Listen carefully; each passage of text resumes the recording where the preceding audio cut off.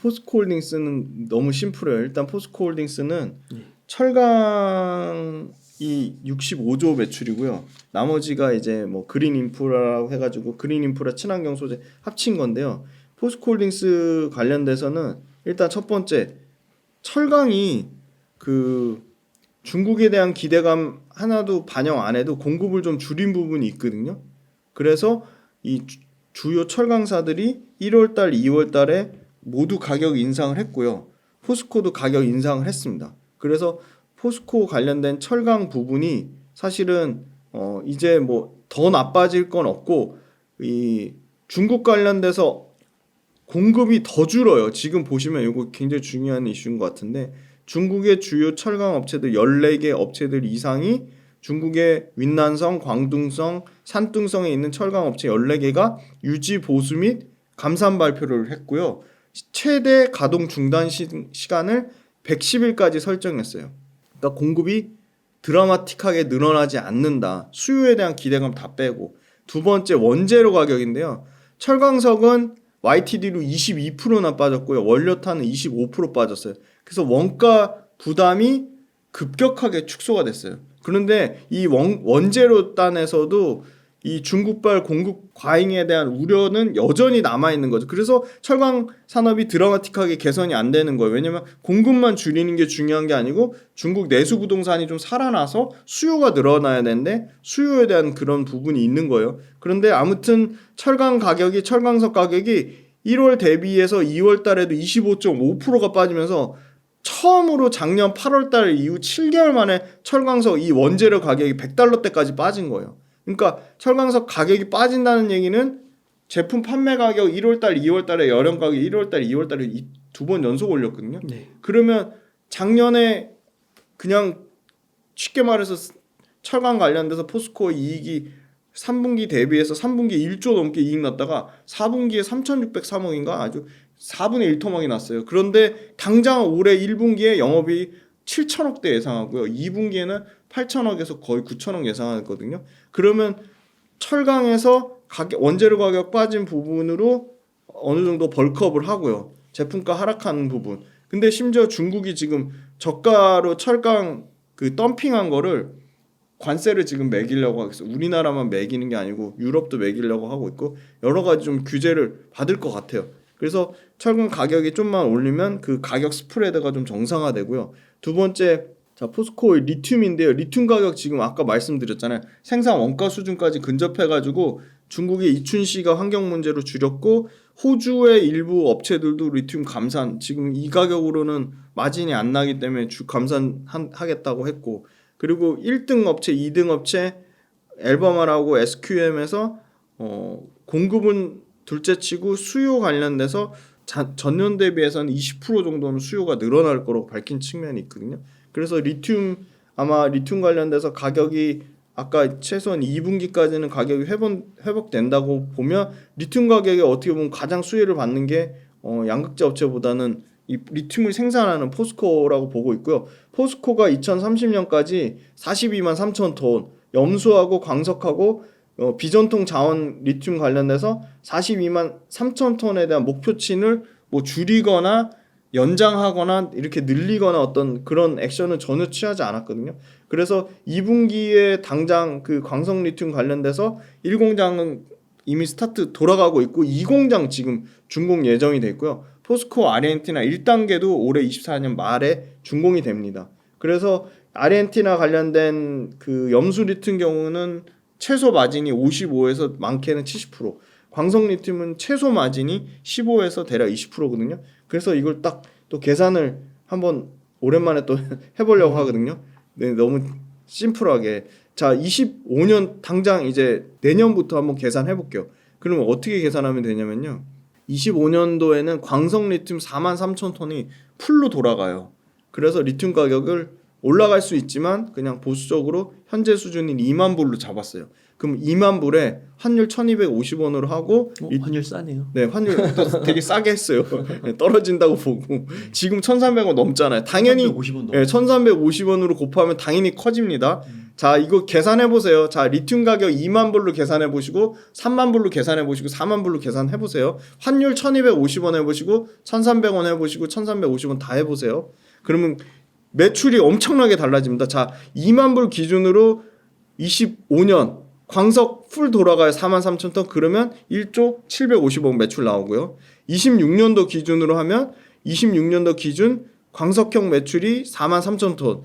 26년도에는 염수도 25,000톤. 아르헨티나 갖고 돌아가거든요. 그럼 총 7만 1,000톤 돌아갑니다. 그럼 7만 1,000톤 기준으로 리튬 가격 2만 불 잡으면 2조 3,250억의 매출이 발생하고요. 28년도는 광석 10만 톤, 염수 10만 톤이에요. 그러면 총 20만 3천 톤이니까 환율에다가 곱하면 얼마가 돌아가냐면 매출이 5조 750억이 나와요. 28년 기준으로. 그다음 최대 맥스 이제 2030년 42만 3천 톤 기준으로는 대략 11조가 나오거든요. 근데 이게 리튬 2만 불로 잡은 거고요. 리튬 3만 불로 잡으면 당장 25년도에 매출이 3만 불로 잡으면 계산기 써서 한번 곱해 볼게요. 1250 곱하기 톤당 3만 곱하기 4만 3천 톤 1조 6125억이 나옵니다. 그래서 자 1조 6125억에 밸류에이션은 얼마를 주냐. 보통 그 글로벌 리튬 업체 그러니까 엘버말하고 SQM 있고 여러 가지 뭐 중국의 틴치 리튬 있고 뭐 있는데요. 엘버말 그 1등 업체로 잡았어요. 엘버말이 PR 제일 낮거든요. 제일 낮은 PR 9배로 잡으면 25년도 리튬 가치는 대략 1조 8천억이 나오고요. 여기에 밸류에이션을 뭐 PER 이거 엘버말 PER 제일 낮은 걸로 곱한 거예요. PER 9배 주면 1조 8천억이고요. 25년도에 1조 8천억이 그냥 리튬 업체 평균 PER로 곱하면 1조 8천억이 더해지는 거고요.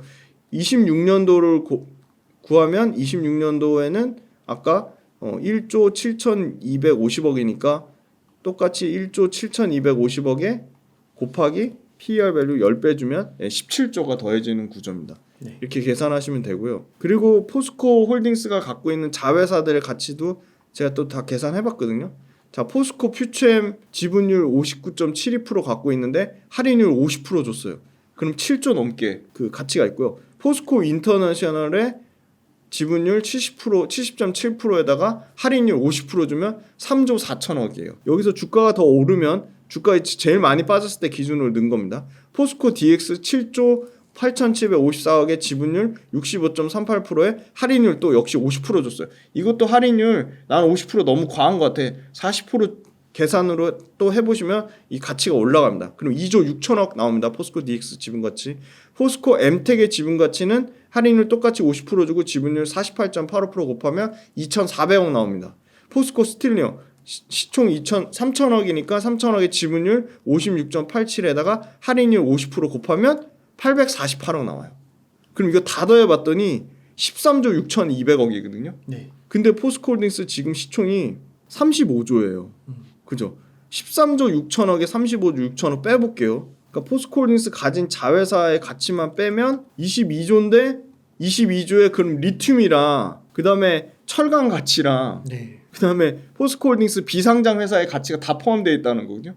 근데 22조인데 그러면 포스코홀딩스의 비상장 자회사랑 포스코홀딩스 비상장 자회사 중에 제일 큰 데가 포스코건설이거든요. 네. 그럼 포스코건설 청산 가치에다가 PBR 0.5배만 줘도 3조는 넘을 텐데 네. 이게 계산이 안 나와요. 그래서 제가 철강 밸류를 봤거든요. 글로벌 철강사들 포스코 글로벌로 5등 6등 하는 회사니까 1등이 중국의 바오 철강이거든요. 평균 PER 11배 정도, 12배 정도 나오더라고요. 그리고 글로벌 2등이 아르셀로미탈인데 얘네 왜 이렇게 PER 높은지 모르겠는데 24배 정도 나오고요. 이게 합리적인 PER 같아요. 일본 옛날 신일본 제철. 일본 제철이 지금 재미난 게 지금 조 바이든이 반대하는데도 지금 US 스틸 미국 철강 회사를 인수하려고 하고 있어요. 지금 상당히 진행됐어요. 그럼 미국이 엄청 큰 US 스틸 하나 또 공급사가 없어지잖아요. 그럼 당연히 철강 수요가 공급 관련돼서 타이트해질 수밖에 없겠죠. 공급이 큰 철강사가 늘어나요. 그래서 제가 이거 평균을 또 내봤더니 14배예요. 근데 포스코홀딩스 지금 딱 24년 PER이 15배예요. 그러면 아예 리튬 밸류에이션 포함이 안 된 거고요. 아까 포스코홀딩스 시가총액 35조 6천억에서 자회사들의 가치가 대략 13조 6천억이거든요. 그러면 22조로 리튬 가치, 철강 가치, 그다음에 포스코홀딩스 비상장사의 가치를 다 해야 되는데 그러기엔 이게 안 나와요. 그러니까 리튬 가치를 그냥 아예 그냥 밸류를 안 준 거죠. 그래서 포스코홀딩스는 그 밸류에이션에 주가가 빠지면서 더 매력적으로 변했고요. 네. 두 번째는 정부 저 PBR 밸류업 수혜를 받을 수 있어요. 왜냐면 당장 올해 PBR이 0.59배밖에 안 돼요.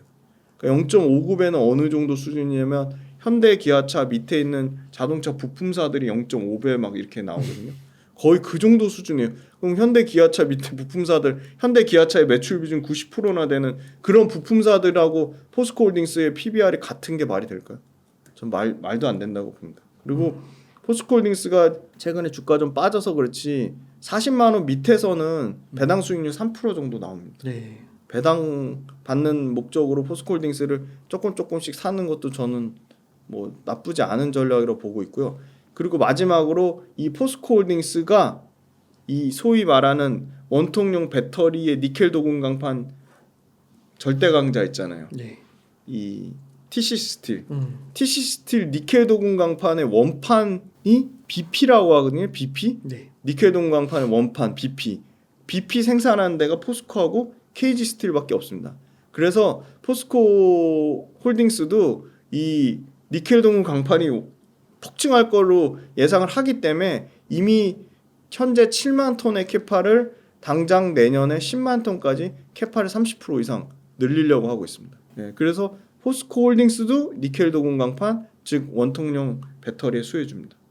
네, 그러니까 모멘텀이 엄청 많은 건데 지금 밸류에이션 계산을 해보니까 리튬 전혀 반영이 안 되고 또 포스코홀딩스 리튬만 하지 않고요. 니켈도 합니다.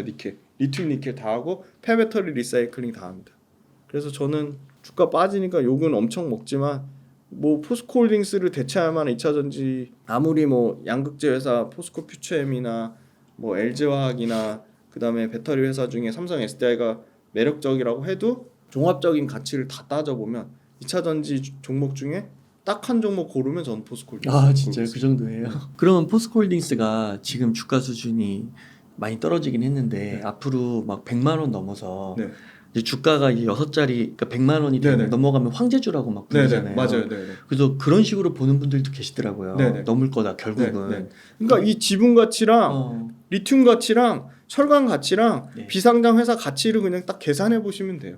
그럼 적정 시총이 나오거든요. 그럼 진짜 황제주 이 정도까지 반열에 오를 거라 보세요. 그렇죠. 근데 리튬 가격이 얼마 올라요. 오르는지가 그렇죠. 중요한 거죠. 그러니까 리튬이 터지면 되는 거군요. 네, 리튬 터지면 되는 거죠. 그리고 약간 사람들한테 아직 철강 그거잖아요. 그러니까요. 그래서 지금 그 신임 회장님이 리튬도 그 권호준 전 회장님 때부터 전문가로 빠꿈이셨던 분이고, 그리고 포스코 퓨처엠 현재 사장이었던 김준영 사장님이 포스코 홀딩스의 이 친환경 소재 리튬을 총괄하는 그쪽으로 가셨거든요.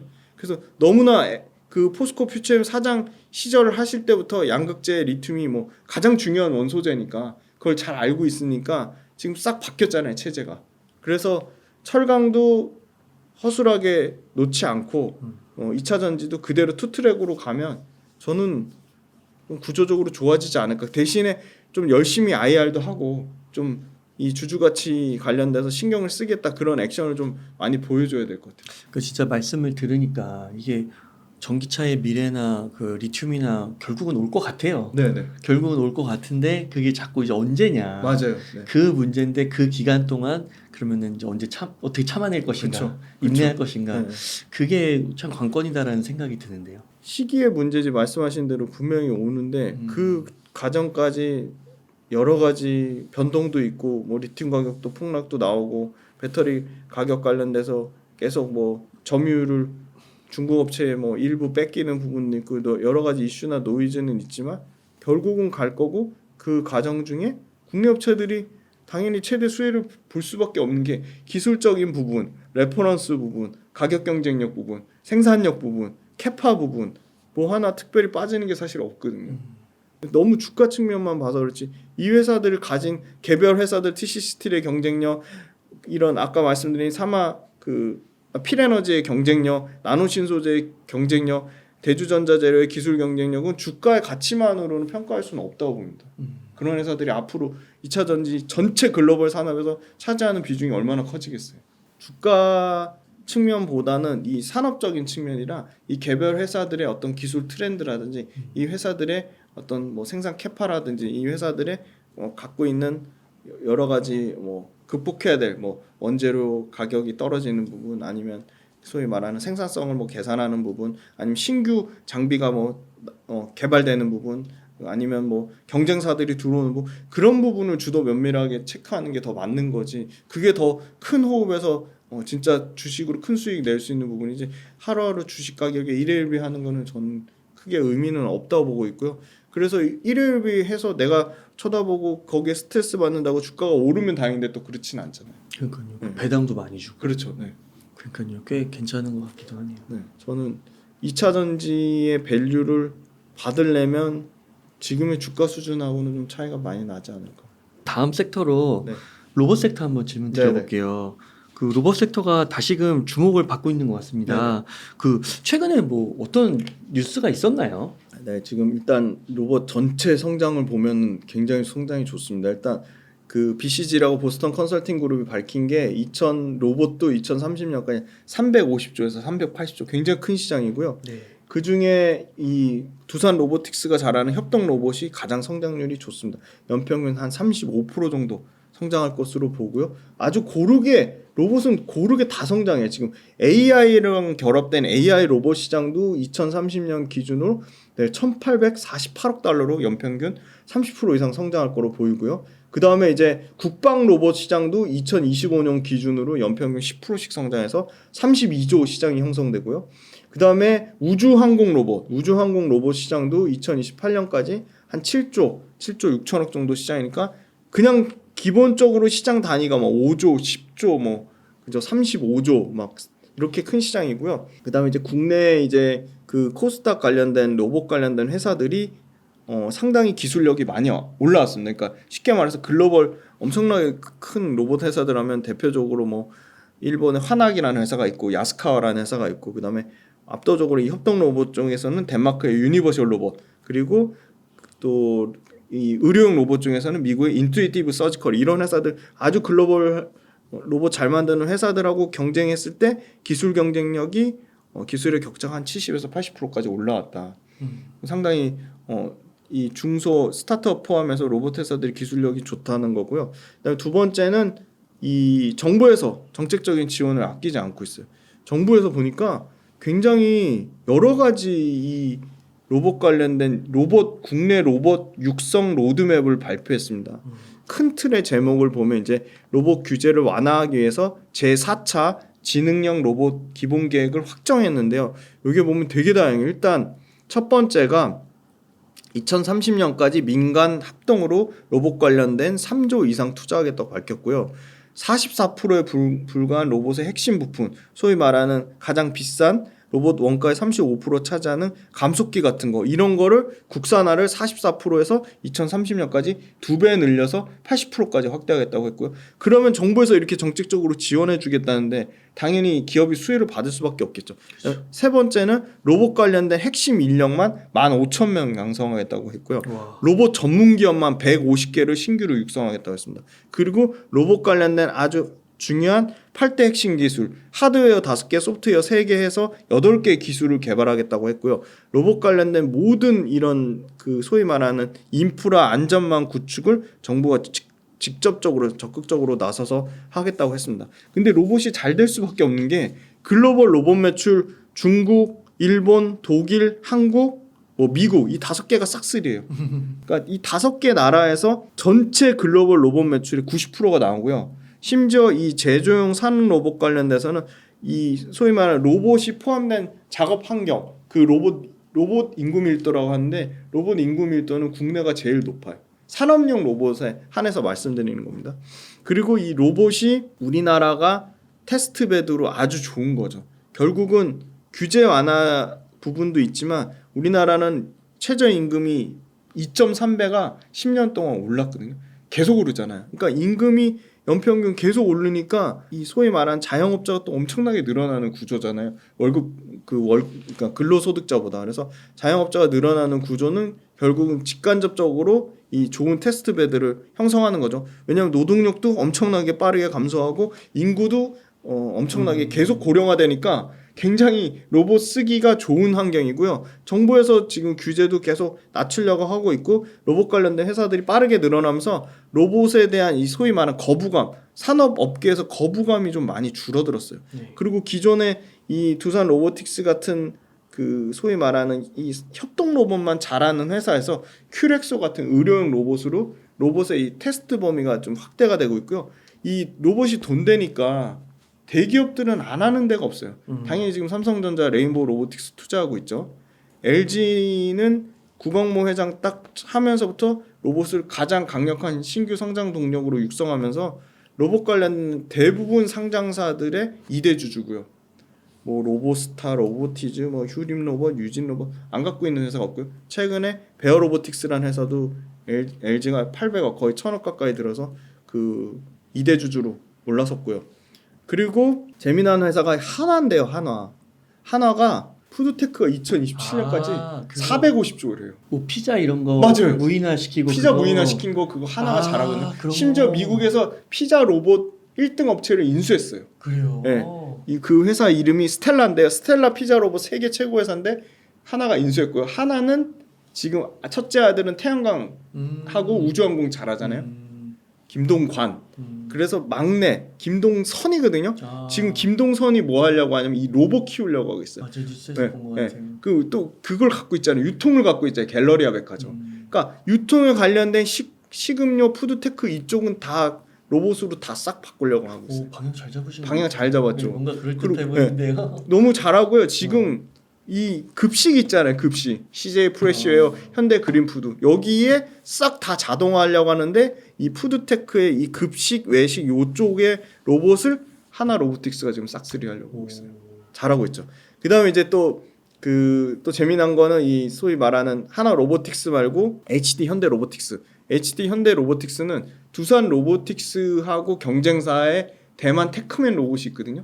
협동 로봇 관련돼서는 테크맨 로봇이 3등, 두산 로보틱스 4등인데 점유율 차이가 0.9밖에 안 돼요. 그래서 두산 로보틱스 얘기로는 올해 안에 거의 이게 뒤집히지 않을까 보고 있는데 이 HD 현대 로보틱스가 그 테크맨 로봇이랑 전략적으로 결합해서 경량형 협동 로봇을 만들었는데 요건 어디 쓰이냐? HD 현대야말로 조선 그거잖아요. 그래서 이제 용접을 로봇이 대신하고요. 그 배 선박에 얼마나 위험하고 그런 맞아요. 것들이 많아요. 외국인들이 네, 많다고. 그런 쪽으로 지금 엄청 그러니까 조선이나 선박에 외국인 노동자 대체하는 그걸로도 로봇이 상당히 확장성을 가져서 쓰일 거로 보고 있고요. LIG 넥슨 아시죠? LIG 넥슨은 고스트 로보틱스란 소위 말한 전쟁 환경에서 전장에서 쓰이는 전장용 전문 로봇을 만드는 고스트 로보틱스를 그 인수합병해가지고 이 LIG 넥슨 자체가 유도무기 미사일 만드는 회사잖아요. 그래서 이 국방이나 방산 쪽 전문 로봇을 이 LIG 이 넥슨이 좀 육성하려고 하고 있어. 이 다양한 로봇 관련된 회사들과 대기업들이 엄청나게 돈을 투자하고 있다. 심지어 네이버의 비상장자회사 네이버 랩스를 통해서 이 각세종이라고 하는 소위 말하는 네이버의 이 데이터 센터, 이 클라우드 센터에다가 로봇이 다 직접 그 데이터 센터 내에서 소위 말하는 단순 노동은 다 인간을 대체해서 지금 네이버 랩스에서 만든 로봇이 네이버 실제 데이터 센터에서 쓰이고 있어요. 그래서 엄청나게 대기업들이 돈을 투자하고 있고 정부에서 지원해주고 있고 우리나라가 로봇 관련된 아주 강력한 좀 테스트 베드라고 보고 있고 또 극명하게 지금 로봇이 최첨단 반도체나 뭐 제약바이오 산업이나 뭐 2차 전지 산업이나 이런 데랑 아주 잘 융복합이 되고 있어요. 왜냐하면 2차 전지 회사도 그렇고 제약 회사도 그렇고 반도체 회사도 그렇고 AI 회사도 결국은 다 자동화거든요. 자동화. 네. 생산 원가 절감하고 사람 들 쓰고 그죠? 그럼 사람 쓰면 뭐 여러 가지 뭐 불편한 문제들이 생기잖아요. 뭐 재해 문제도 있을 수 있고 이 인력 이 수급의 불균형 문제도 있을 수 있고 사람들이 막 불만 많아서 여러 가지 뭐 노사 문제 이런 거 다 한 방에 다 해결되거든요. 네. 그래서 최근에 테슬라 그 일론 머스크가 로봇 가격 막 진짜 비쌀 때는 뭐 대당 뭐 3억 4억짜리 휴머노이드 로봇을 우리는 3천만 원 밑으로까지 떨어뜨리겠다고 했거든요. 그럼 3천만 원 밑으로 떨어진 테슬라가 딱 직접적으로 밝힌 가격은 2,600만 원대 로봇 만들겠다고 했거든요. 그럼 2,600만 원대 로봇을 그냥 24시간 돌려요. 그러면 최소한 뭐 한 달 돌리는 걸로 인건비 5명은 그냥 감소하는 효과가 나올 거예요. 그럼 1년이면 곱하기 12하면 60명인 거죠. 와. 엄청난 인건비 절감이면 생산성이 극도로 좋아지겠죠. 근데 그런 문제는 안 생겨요. 산업재해라든지 뭐 노동 인권이라든지 그죠. 인력 불균형이라든지 이런 게 다 해결되는 거죠. 그래서 이건 굉장히 좋아질 수밖에 없겠다는 생각이 들어요. 그러니까 2차 전지 모멘텀이랑도 연결되고 반도체 모멘텀이랑도 연결되고 정부 정책 모멘텀이랑도 연결되고 2차 전지는 그쵸. 충전 배터리 그쵸. 같은 거죠. 네네. 아, 반도체 소프트웨어 네. 이런 거고. 네, 소프트웨어랑 융합돼서 심어야 쓰는 거. 되니까. 네네. 소프트웨어를 심어야 되니까. 그 최근에 또 엔젤 로보틱스 네네. 상장되고 네네. 폭등세를 이어가더라고요. 네네. 레인보우틱스도 덩달아 오르고요. 맞아요. 네네. 이 엔젤 로보틱스라는 기업은 뭐예요? 네, 그 신규 상장하는 공모주는요 딱 3가지만 보시면 돼요. 기관들의 경쟁률, 청약 경쟁률 그게 굉장히 제일 중요하고요. 두 번째는 기관들이 이거 회사 괜찮아서 당일날 반짝 올라도 안 팔 거야. 그걸 의무보유 확약 비율이라고 합니다. 의무보유 확약 비율은 높을수록 좋습니다. 그리고 의무보유 확약 비율이 긴 게 많을수록 좋은 거거든요. 보통 한 달 잡는데 3개월, 6개월 이 회사가 너무 좋아서 주가가 오르든 내리든 신경 안 쓰고 1년 지나면 그 가치가 어마어마하게 올라갈 거니까 1년 보유하겠다는 것도 있고 심지어 뭐 3년도 있어요. 그 의무 보유 확약이 중요하고 그다음 공모가 가격이 중요한데요. 일단 엔젤 로보틱스는 청약 경쟁률이 2242대 1에 나왔어요. 그러면 경쟁률로 치면 거의 탑 오브 탑급이거든요. 그다음 두 번째 의무 보유 확약이 16.67%. 이건 좀 낮은 편이에요. 의무 보유 확약 많이 하는 데는 최소 30% 다 넘습니다. 그다음 세 번째 공모가 중요한데요. 공모가 상단보다 20% 10% 초과하면 엄청 많이 초과했다는데 공모가 상단을 33% 초과했어요. 그러니까 이미 시작할 때부터 이미 넘사벽으로 간 거예요. 공모가 상단 33% 초과했죠. 기간 경쟁률 막 2200대 1 나왔죠. 아, 여기다 하나 더 추가하자면 유통 가능 비율이요. 유통 가능 비율이 적다는 건 무슨 말이죠? 그만큼 그 주식이 귀하다는 거잖아요. 유통 가능 비율 27%예요. 나쁘지 않아요. 그런데 심지어 LG전자가 2대 주주 LG전자가 2대 주주 갖고 있는 회사니까 엔젤 로보틱스가 상장 첫날 공모가 기준은 거의 4배 수준인 거예요. 300%가 4배니까 277% 찍었는데 와. 예, 이 회사가 주목받을 수밖에 없는 게 그 웨어러블 로봇, 그러니까 사람 일종의 무거운 거 잘 못 들고 연세 있으시거나 그 어떤 근력이 약해지거나 뭐 근손실이 있으신 분들 그거를 이제 입는 형태로 웨어러블 로봇 형태로 입어서 그걸로 근손실을 보충해 주거나 재활 치료할 때 근력을 강화시켜 주거나 그런 웨어러블 로봇 전문 회사거든요. 그래서 몸에 착용해서 근력이라든지 인간의 물리적 한계를 극복하는 회사인데 이 회사 관련돼서 좋은 점이 뭐냐면 이 회사가 기존 방식이랑 완전히 다르게 자체 개발 기술로 이 근활성 측정 기술로 힘을 제어해서 지금 엄청나게 경쟁 그 소위 말하는 레퍼런스, 그러니까 여러 고객사들한테 침투돼서 레퍼런스가 확대되고 있고요. 전체적으로 웨어러블 시장이 2030년 국내는 한 1조 정도 시장이고 해외는 16,000밀리언 달러니까 뭐 금액으로 치면 환율 1,300원 곱하면 뭐 한 28조, 30조 정도 시장 되겠네요. 그 정도 시장 되고 이 회사도 작년에 벌써 이 엔젤메디 그 웨어러블 로봇이 인증받았고요. 그러니까 중요한 거는 각 그 제품별로 로봇도 인증받아야 되고 웨어러블 로봇이 재활치료 관련된 거니까 인증도 받아야 되지만 병원에서 이 소위 말하는 보험수가 적용되는지가 중요하거든요. 근데 22년도 12월 달에 선별적이지만 선별수가 적용됐고 24년도 올해 드디어 이제 그 제품 관련된 규격 인증, 그 품질 테스트 인증, CE 인증 받으면 24년도부터 수출 물량이 늘어날 거라고 보거든요. 그래서 일단 웨어러블 관련돼서 재활 치료에 포커스된 아이템 자체가 되게 희소 가치가 있는 거고 웨어러블 시장도 굉장히 그 상당히 많이 커지는 시장이고 그래도 국내만 2030년까지 1조까지 커지는 시장이고 그리고 심지어 LG전자가 2대 주주라니까 더 거기서 또 부각받은 측면도 있고 그리고 지금 교육기관 그러니까 장애인 특수교육 재활병원 그다음에 재활훈련센터 그리고 대학교 재활센터 이런 데 다 해서 3,000대 정도까지 지금 이미 제품이 테스트 양산돼 가지고 나간 걸로 보고 있으니까 전체 이제 그 웨어러블 로봇의 이 재활 치료 부분에서 침투율로 보면 이제 2.5%밖에 안 되니까 앞으로 무궁무진하게 커질 시장으로 봐요. 그런데 단 매출이나 이익 규모가 너무 적은 거예요. 지금 올해 매출이 75% 성장할 거로 예상하는데 100억도 안 되거든요. 그리고 당연히 이 회사도 여전히 적자거든요. 51억 적자.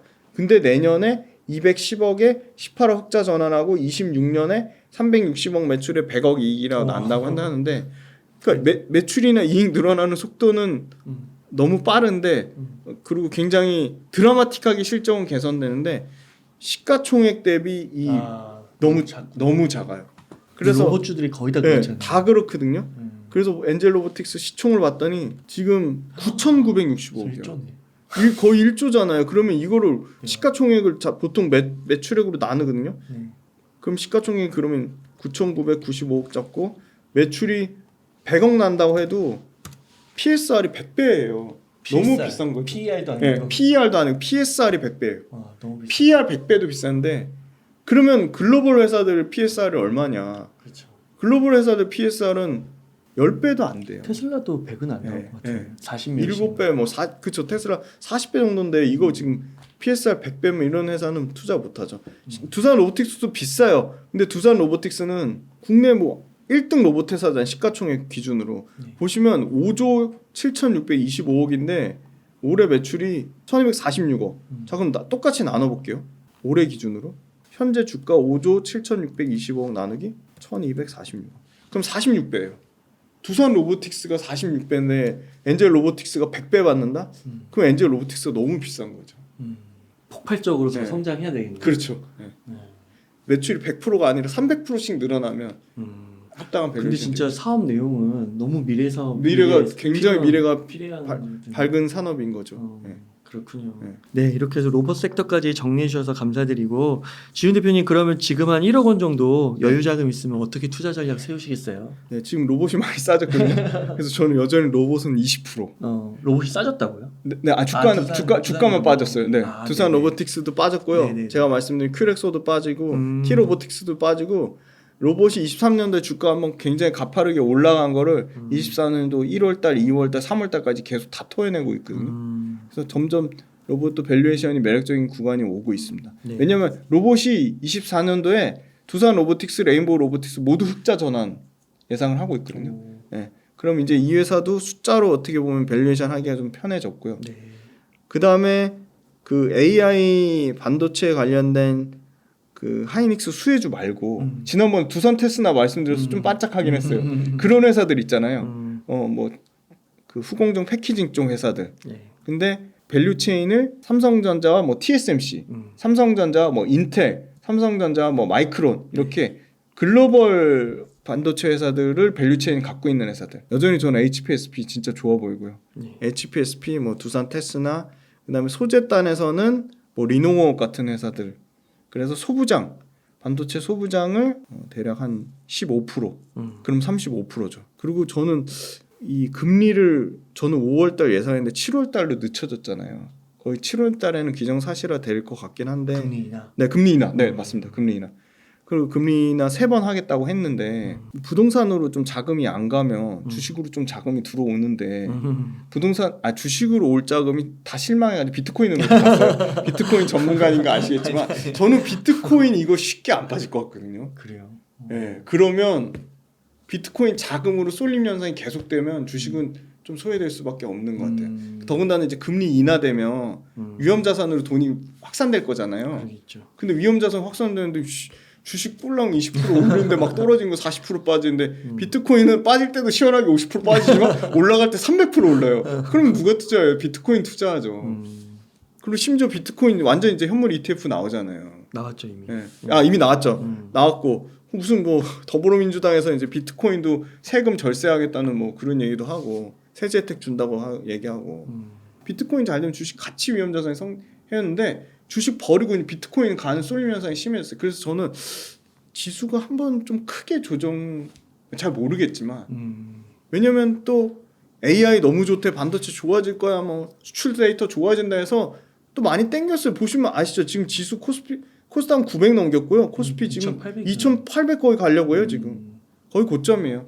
이러면 저는 분명히 조정 나옵니다. 그래서 저는 지금 일단 현금 30% 이상 들고 있을 것 같아요. 한번 조정 나올 걸 대비해서 얼마 조정 나올지도 모르고 언제 나올지도 모르는데 분명히 조정은 한번 나온다. 그럼 그때 싹 한번 AI 반도체가 됐든 지금 최근에 많이 올랐던 전력기기 HD 현대 일렉트릭 그냥 계속 신고가거든요. 보세요.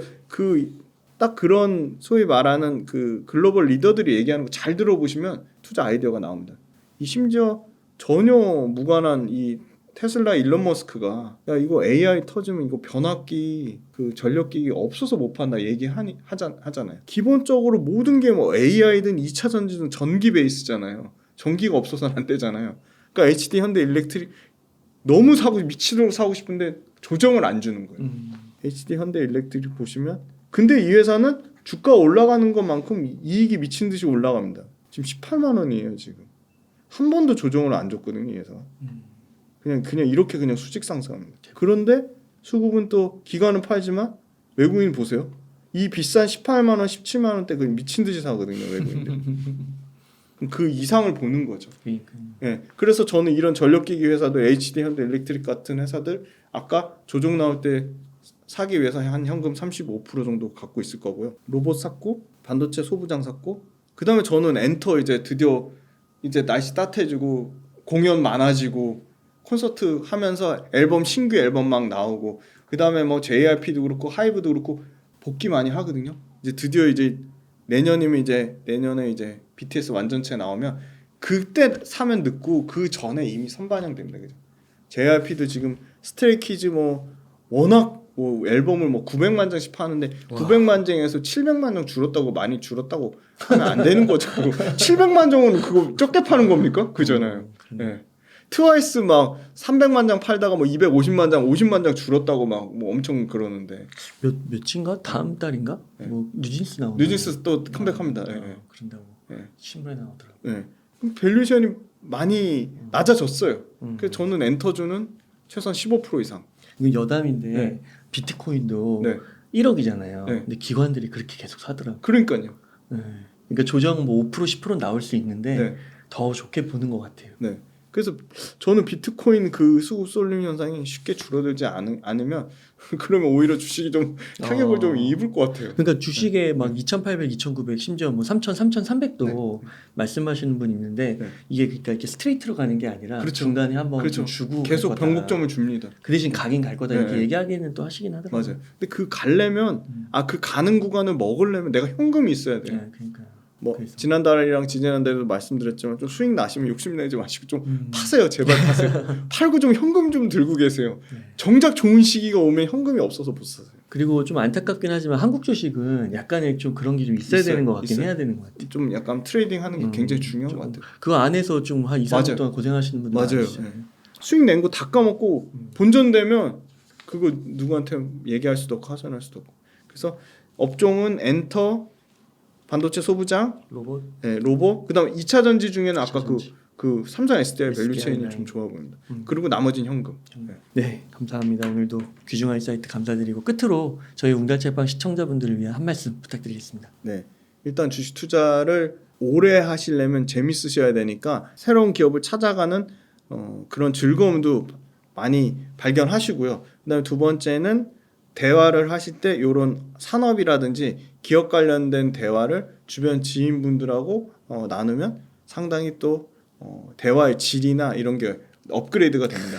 네. 야, 재밌어요. 그런 얘기를 할 수 네. 있는 사람들이 네. 많이 경제 얘기를 이렇게 돌아가는 얘기를 하시면 너무 좋을 것 같고 저는 2차 전지 뭐 필에너지라든지 전구체 만드는 아까 소개를 깜빡해서 못 드렸는데 이 전구체 만드는 그리고 황화리튬 전고체 배터리의 이제 핵심 원소재가 되는 황화리튬 만드는 그 레이크 머티리얼즈 이런 회사들 딱 하면서 주가는 빠졌지만 이런 회사들 소개하면서 막 가슴이 뜨거워짐을 느꼈거든요. 네. 아 우리나라 회사들 꼭 LG 삼성이 아니더라도 너무나 대단한 기술력에 너무나 대단한 레퍼런스에 너무나 대단한 이런 그 소위 말하는 그 창업 이 히스토리가 너무 좋은 거예요. 그래서 저는 이분들이 회사 창업해서 이렇게까지 키운 참고로 레이크 머티리얼즈가 만드는 트리메틸 알루미늄 이 TMA라고 하는 소재는 글로벌로 딱 4군데밖에 없습니다.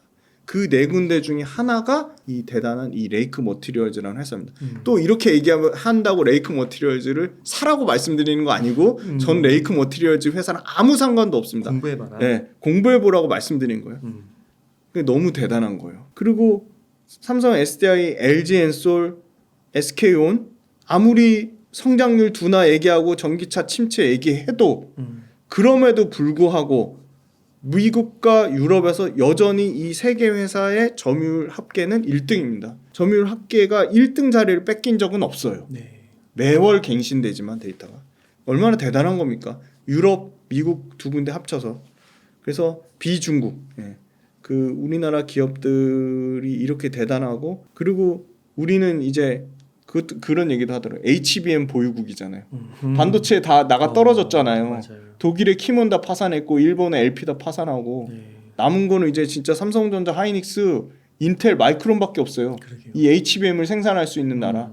그러면 우리가 공급자 우위가 되는 거죠. TSMC. 그렇죠. 우리가 TSMC 그거잖아요. 맞아요. TSMC 같이 파운드리 위탁 생산하는 글로벌 업체도 삼성, TSMC, 인텔 이 세 개밖에 없어요. 진짜 길게 엄청난 보고 거예요. 잘하면은 진짜 대박일 것 같아요. 네. 지금은 좀 이래. 그러니까요. 그래서 너무 주가 1회 1비 하지 마시고 응원을 많이 해요. 네, 응원을 많이 해주세요. 주가 변동성에 너무 스트레스 받지도 마시고 주가 떨어진다고 남욕하고 험담하고 뭔가 핑계거리 찾으시는 분들은 절대 돈 버실 수 없고 절대 주식 투자뿐만이 아니라 그분 삶이 행복해질 수 없습니다. 그래서 항상 긍정적인 마인드를 가지시고요. 긍정적인 마인드를 가지시되 너무 낙관하지 마시고 좀 냉철한 시각으로 보시되 일단 기본적인 거는 우리나라 산업 잘 될 거고 우리나라 기업이 잘 될 거라는 긍정적인 마인드를 가지시고요. 저도 채널을 열심히 키워서 채널이 잘 되면 레이크 머티리얼즈 김진동 대표님, 삼성 SDI 최윤호 대표님 이런 분들을 꼭 모시고 아주 디테일하게 송곳 같은 질문하는 게 제 목표입니다. 그래서